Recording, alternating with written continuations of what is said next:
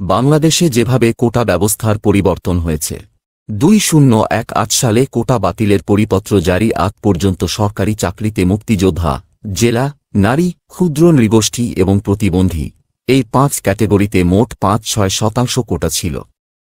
তবে স্বাধীনতার পর 1972 সালে চালু হওয়া প্রথম কোটা ব্যবস্থায় এই পরিমাণ ছিল আরও বেশি। কোটা কি? কোটা বলতে কোনো কিছুর নির্দিষ্ট একটি অংশকে বোঝায় যা সাধারণত একটি গোষ্ঠীর জন্য বরাদ্দ থাকে। মূলত সমাজের পিছিয়ে পড়া বা অনগ্রসর মানুষগুলোকে মূলধারায় অন্তর্ভুক্ত করতে পড়াশোনা, চাকরিসহ নানা ক্ষেত্রে কোটার ব্যবস্থা থাকে। বিশ্বের বিভিন্ন দেশেই কোটা পদ্ধতি চালু আছে। ব্রিটিশ শাসনামলে সরকারি চাকরিতে নিয়োগের ক্ষেত্রে ভারতীয়দের জন্য কোটা ব্যবস্থা চালু ছিল। পরবর্তী সময়ে পিছিয়ে পড়া মুসলিম জনগোষ্ঠীর জন্য কোটা বরাদ্দ করা হয়। দেশভাগের পর পাকিস্তান আমলেও প্রদেশভিত্তিক কোটা বরাদ্দ ছিল। কোটা দেয়া হয় যাতে পশ্চাৎপদ বা পিছিয়ে পড়া মানুষগুলো সমাজের যে কাজকর্ম হচ্ছে সেখানে অংশ নিতে পারে। বিবিসি বাংলাকে বলেন সাবেক সচিব আবু আলম মো. শহীদ খান। বাংলাদেশে 1972 সাল থেকেই চাকরিতে মুক্তিযোদ্ধা, জেলা ও নারী কোটা ছিল। সরকারি, স্বায়ত্তশাসিত ও আধা স্বায়ত্তশাসিত প্রতিষ্ঠান এবং বিভিন্ন কর্পোরেশন ও দপ্তরে নিয়োগ এবং কোটা বণ্টনের বিষয়ে 1972 সালের 5 সেপ্টেম্বর তৎকালীন সরকার একটি নির্বাহী আদেশ জারি করে। এতে এসব প্রতিষ্ঠানে প্রথম শ্রেণীর চাকরিতে নিয়োগের ক্ষেত্রে 20% মেধা এবং বাকি 80% জেলা কোটা রাখা হয়। এই 80% জেলা কোটার মধ্য থেকেই 30% কোটা মুক্তিযোদ্ধা এবং 10% কোটা যুদ্ধে ক্ষতিগ্রস্ত নারীদের জন্য বরাদ্দের সিদ্ধান্ত নেওয়া হয়। অর্থাৎ কোটার বড় একটি অংশই বরাদ্দ করা হয় মুক্তিযোদ্ধাদের জন্য। সত্যিকার মুক্তিযোদ্ধাদের বেশিরভাগই ছিল কৃষক, শ্রমিক, মজুর, তাঁতি। এরা কিন্তু সমাজের পিছিয়ে পড়া মানুষ ছিল। সেই কারণেই যখন দেশ স্বাধীন হল তখন মুক্তিযোদ্ধাদের সহায়তা করার চিন্তা থেকেই বলা হলো যে তারা কোটা পেতে পারে এবং সেই কোটা ব্যবহার করে তাদের পরিবারের উন্নতি হতে পারে। সে কারণেই মুক্তিযোদ্ধা কোটা আসছে, বলেন সাবেক সচিব আবু আলম মো. শহীদ খান।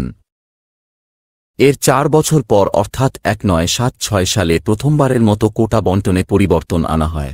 এ সময় মেধার ভিত্তিতে নিয়োগের পরিমাণ বাড়ানো হয় এবং শুধু নারীদের জন্য আলাদা করে কোটার ব্যবস্থা করা হয়। অর্থাৎ মোট কোটার 40% মেধা, 30% মুক্তিযোদ্ধা, 10% নারী, 10% যুদ্ধে ক্ষতিগ্রস্ত নারী এবং বাকি 10% কেবলই জেলার ভিত্তিতে নির্ধারণ করা হয়।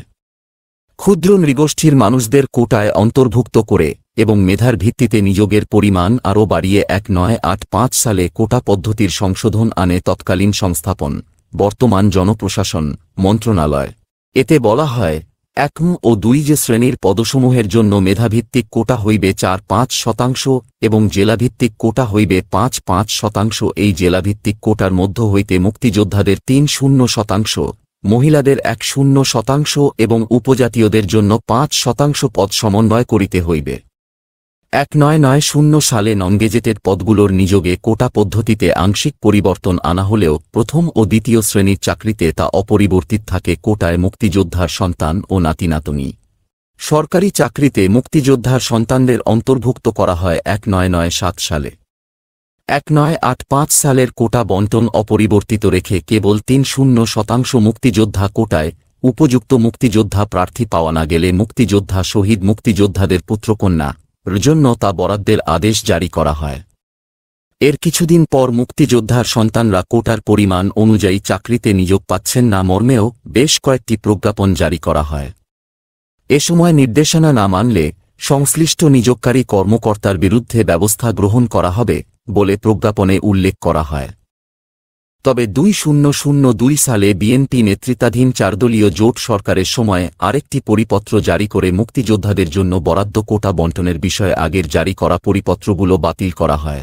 এতে বলা হয় মুক্তিযোদ্ধাদের জন্য নির্ধারিত 30 কোটা অন্য প্রার্থী দ্বারা পূরণ না করে সংরক্ষণ করার যে নির্দেশনা দেওয়া হয়েছিল তা সংশোধনক্রমে সরকার সিদ্ধান্ত গ্রহণ করেছেন যে 2-1তম বিসিএস পরীক্ষা থেকে মুক্তিযোদ্ধাদের জন্য নির্ধারিত 30 কোটায় উপযুক্ত প্রার্থী পাওয়া না গেলে উক্ত কোটার শূন্যপদগুলো ক্যাডার ও নন ক্যাডার মেধাভিত্তিক তালিকায় শীর্ষে অবস্থানকারী প্রার্থীদেরকে দিয়ে পূরণ করা যেতে পারে। অর্থাৎ মুক্তিযোদ্ধা কোটার ৩-০% যোগ্য প্রার্থী পাওয়া না গেলে মেধা তালিকার প্রার্থী থেকে নিয়োগের নির্দেশ দেয়া হয়। ২০০৮ সালে আওয়ামী লীগ নেতৃত্বাধীন মহাজোট সরকার গঠন করলে এই নির্দেশনাও বাতিল করা হয়। একই সঙ্গে মুক্তিযোদ্ধার সন্তানদের জন্য নির্ধারিত কোটা পূরণ করা সম্ভব না হলে পদ খালি রাখার নির্দেশ দিয়ে প্রজ্ঞাপন জারি করে সংস্থাপন মন্ত্রণালয়। কোটায় পরবর্তী পরিবর্তন আসে ২০১১ সালে। এ সময় মুক্তিযোদ্ধার নাতিনাতনীদেরও ৩-০% মুক্তিযোদ্ধা কোটায় অন্তর্ভুক্ত করা হয়। সর্বশেষ ২০১২ সালে ১% প্রতিবন্ধী কোটা যুক্ত করে প্রজ্ঞাপন জারি করে সরকার। যেভাবে শুরু কোটা আন্দোলন, সরকারি, আধা সরকারি, স্বায়ত্তশাসিত ও আধা স্বায়ত্তশাসিত প্রতিষ্ঠানে নিয়োগের ক্ষেত্রে মেধার চেয়ে কোটার পরিমাণ বেশি থাকায় এটি নিয়ে বরাবরই অসন্তোষ ছিল। এমন প্রেক্ষাপটে বেশ কয়েকবারই কোটা আন্দোলন হয়, তবে তা ছিল খুবই সীমিত আকারে।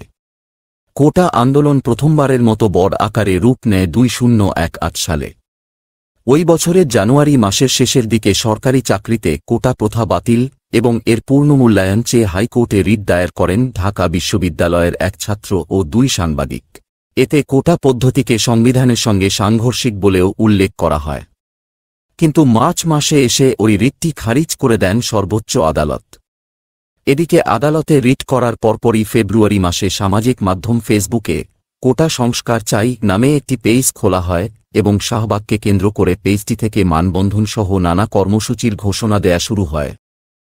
এর মাধ্যমেই মূলত কোটা সংস্কার আন্দোলন দানা বাঁধতে থাকে।